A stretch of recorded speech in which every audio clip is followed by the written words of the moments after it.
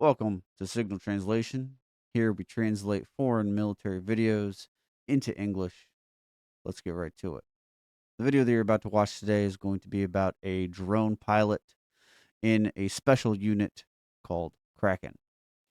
There's a lot of history in the Kraken unit. I highly recommend doing some research on it. Generally speaking, and to make it short for the viewer, the Kraken drone unit that we see here, that is part of the 3rd Battalion or the 3rd Army Corps, is a detached drone unit from the actual Kraken unit, which is under the Directorate of Intelligence. Totally different branch, and a totally different command structure than the 3rd Army Corps, although this Kraken unit does work in tandem with the 3rd Army Corps. Let's get to it.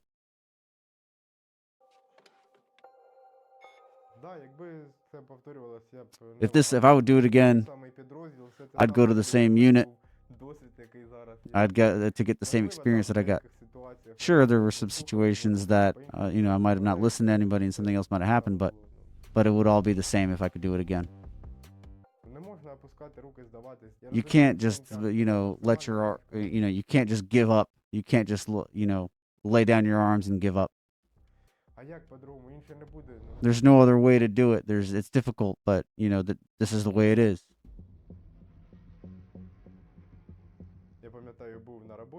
I remember I was at work. I used to work as a highway worker, highway engineer.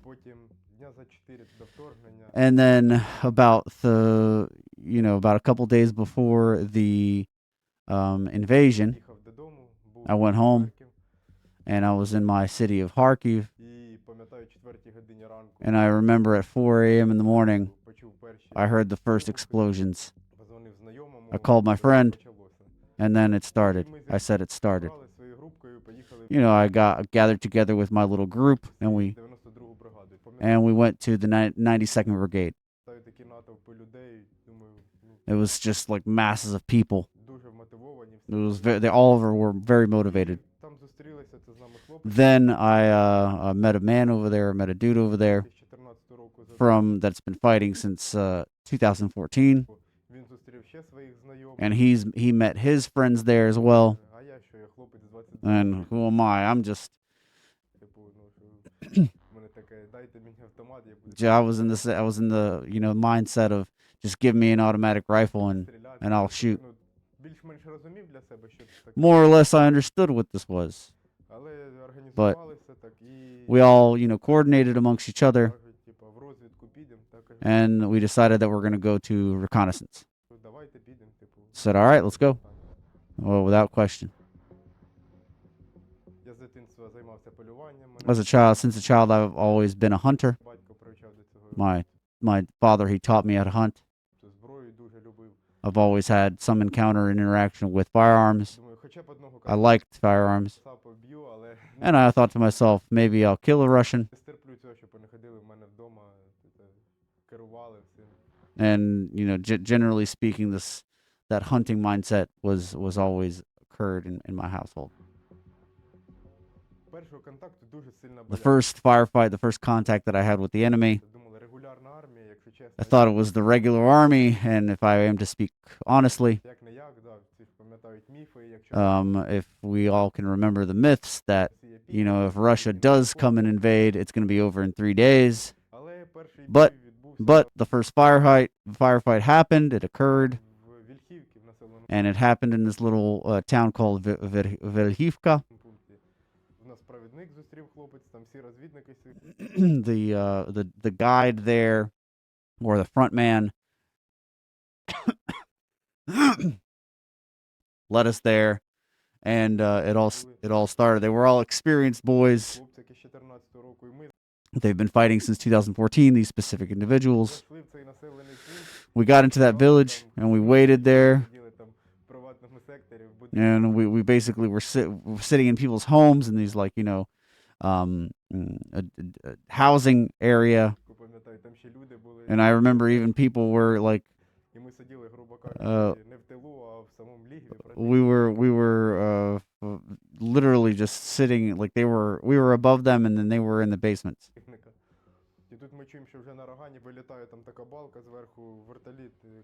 And we remember that a helicopter started coming and started attacking, and they started circling the area. And then everybody who, at least I remember, everybody should remember when they started, the Russians started shooting at their own people, so friendly fire. We started the assault, and their 30 millimeter cannons started working on their own, so started shooting and firing on their own people. They destroyed their own tanks. They destroyed some of their units, but they thought they were shooting at us. And I remember I was sitting next to this like garage, and some young boy comes out. This Russian soldier comes out about 70 meters away. It was out without a helmet. He's trying to see what's going on with this helicopter. And I remember like today, just one shot. I shot one shot, and I got such an adrenaline rush. I just couldn't believe what was going on. And then about 40 seconds later, another one comes out. And then I got another one. I got such a euphoria at that moment. I couldn't believe it. And then some doors started opening up. And another one like started peeking out, started getting out on all fours. And I shot up the whole door. And I just had a whole adrenaline rush. And I started hearing some technical vehicles coming up from behind us, BTRs, armored personnel carriers. And I thought that, another battle is occurring, that there's, armored vehicles coming up. And I remember I had this tape. We put like basically designators, armbands, and stuff on your helmets with certain Scotch colors. And in that moment, I started worrying a lot that I wasn't going to shoot my own people. And I saw that the armored personnel carrier was coming up. And then I see that my boys they're coming, our people. And it really made an impression on me, and I got the euphoria out of it. And we really did put in some work on that day, and we killed a lot of Russians. I'll remember that for the rest of my life. The famous Russian army. Second operation, second assault. It was a beginning of a counteroffensive in an area called Kutuzivka, Alexandrivka. In that area, one of our first casualties occurred. One of my close friends, his name was Petro.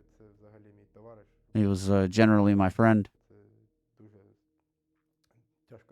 It's difficult for me to talk about this. Our parents were friends since childhood. I remember going on hunts with him as a kid, and he would carry me on his shoulders whenever it was like high snow, like very, very difficult terrain. We were good friends. I'll always remember the date that he died for the rest of my life. It's difficult for me to think about this, my friends who have died. Why did I start thinking, why did I survive all this? Is it good luck, or is it torture? Or is it a curse?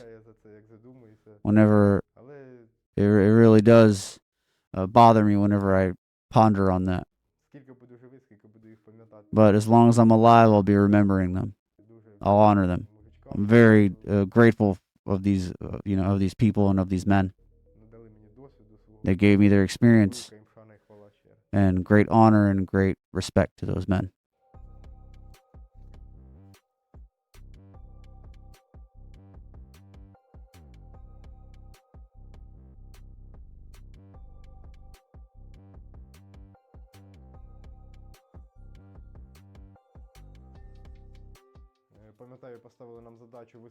I remember we got orders to go to this place, another village, and we had to rotate out another group of reconnaissance operators.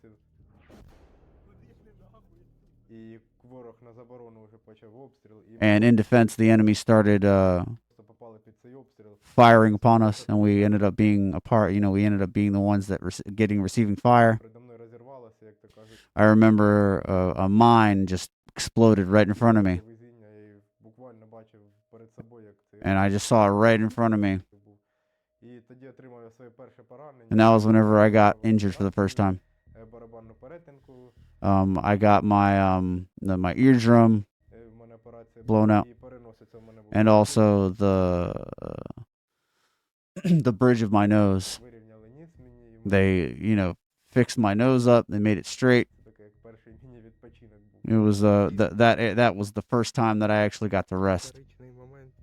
It was a historical moment. We're going to this village called Vuhledar. We're going to wait for an FPV drone to scout the area, and then we're going to move. I got also I got injured in Donbass, that Donbass area. We were next to an armored personnel carrier, and a drone a drone came through with wires on it. It injured my leg. I started applying a tourniquet on myself and all that adrenaline.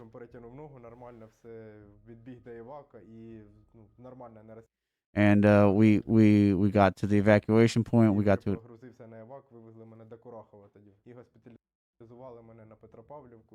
and they took me to Petropavlovka for hospitalization and care. And that's where I got my treatment. The third injury that I got, it was in Kharkiv. I was under artillery fire, and there was a mine explosion. And generally speaking, that was my third injury, but I have actually 5 injuries, but only two that are not so serious, and 3 that are serious. I mean, everything's okay. Everything's, I can't complain. In my shoulder, there's a little bit of shrapnel, but everything's okay.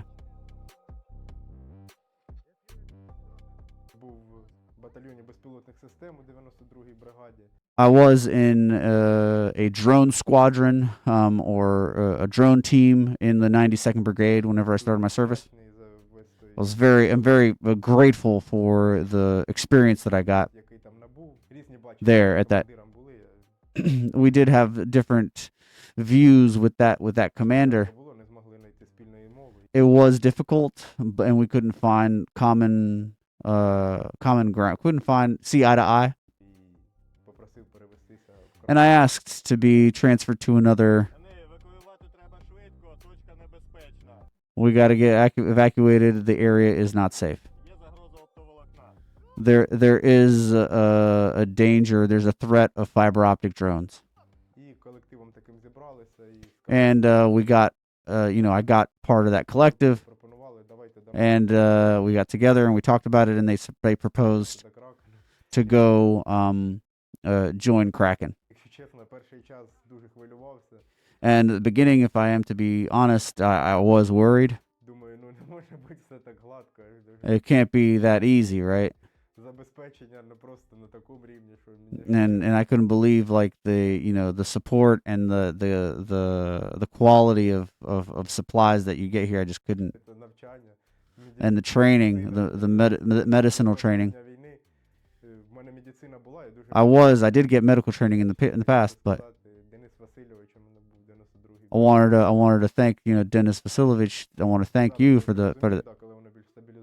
for that experience and for that knowledge. And now in comparison, I didn't have all this. We dealt with that kind of stuff back in the day. We improvised. We never really worried about training. And in Kraken, I joined the unit, and they said, no, you're not going to any combat actions until you're going to get through all the training. I couldn't believe it. I mean, in principle, I knew a lot of the things that I was going through, but it was very interesting the way that they taught. And it was very interesting to see that people that come from civilian jobs, and then they go, it's very interesting to see how they train these individuals. In the past, I had my own IFAC, which is individual first aid kit, and I thought it was like really cool, really awesome. And then I came to the unit, and they said, "Nope, take those IFACs off. We're gonna here to take this stuff," and it was all just top tier stuff. It was all just ready with American made, American medical supplies. Everything in there, medicine, the gear, all was American. And all of the first aid kits need to be uniform. They need to be identical, so you can administer aid to your comrade, to your fellow operator. It did surprise me because we didn't have that before.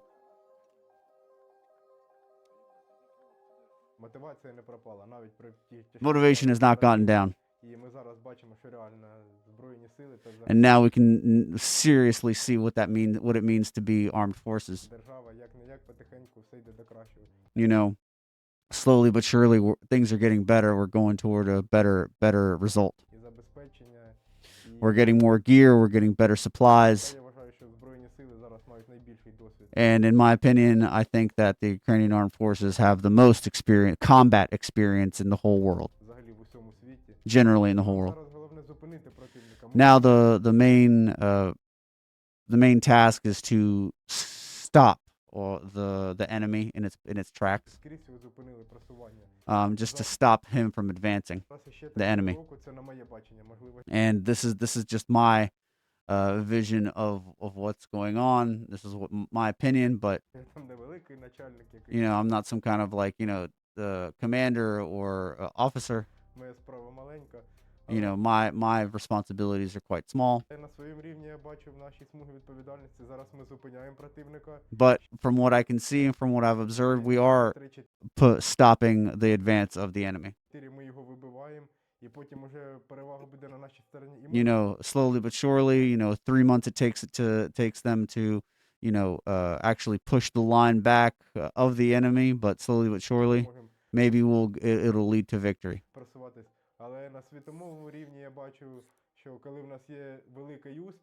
But generally speaking, whenever I do see victories on our end, on a global scale, always there's somebody who tries to pump our brakes. They try to the Russians are, whenever we make an advance, the Russians start threatening us to hit us with a nuclear weapon. Of course, yeah, you came to our country, and then you got your teeth knocked out, and then now you're gonna shoot us with you're gonna shoot over a nuclear warhead. You're shooting our civilians with Shahed drones, and you don't have any victories in the battlefield. Now you're gonna give nightmares to the civilians. And so the civilians can say, come to an agreement with these Russians sooner, so just all this can come to an end. Of course, everybody's going to be worried about this. you know, every operator, every serviceman is going to worry about their own family, and there is no war, there is no rules in conducting war. You know, and you know they don't follow the rules. So if you can't win on the battlefield, then come on, let's go kill some civilians. And if it's gonna continue to be this way, then we will have victory. If the world leaders they end up uniting, and generally Europe has seen that that if we don't win, then it's gonna be just horrible.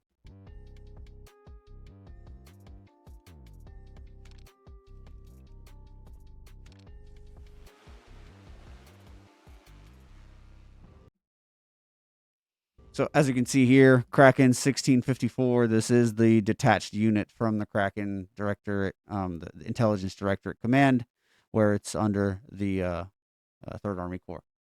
Thanks a lot for watching Signal Translation. If you value accurate translation of military videos and original source material, subscribe, like, and leave your comments down below. I'll see you next time. Signal Translation out.